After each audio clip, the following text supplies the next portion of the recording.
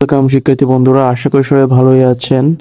আজকে একটা নতুন ভিডিও এবং উপবৃত্তি শিক্ষার্থীদের জন্য সুখবর নিয়ে চলে আসলাম। যারা ষষ্ঠ থেকে দ্বাদশ শ্রেণী অর্থাৎ 12 শ্রেণীর শিক্ষার্থীরা রয়েছেন, তারা উপবৃত্তির টাকা খুব শীঘ্রই পেয়ে যাবেন। এটা এখনো ইন প্রসেসে রয়েছে। আপনাদের নাম্বারগুলো অ্যাক্টিভ রাখবেন, কাউকে পিন শেয়ার করবেন না। একটি নির্ভরযোগ্য সোর্স থেকে আমরা জানতে পেরেছি ষষ্ঠ থেকে দ্বাদশ শ্রেণীর শিক্ষার্থীরা উপবৃত্তির টাকা দেওয়ার জন্য ইন প্রসেসে রয়েছে। আশা করি খুব তাড়াতাড়ি আপনার টাকাটি পেয়ে যাবেন। এরকমের ইনফরমেশন পেতে অবশ্যই চ্যানেলটি সাবস্ক্রাইব করে রাখুন। ধন্যবাদ।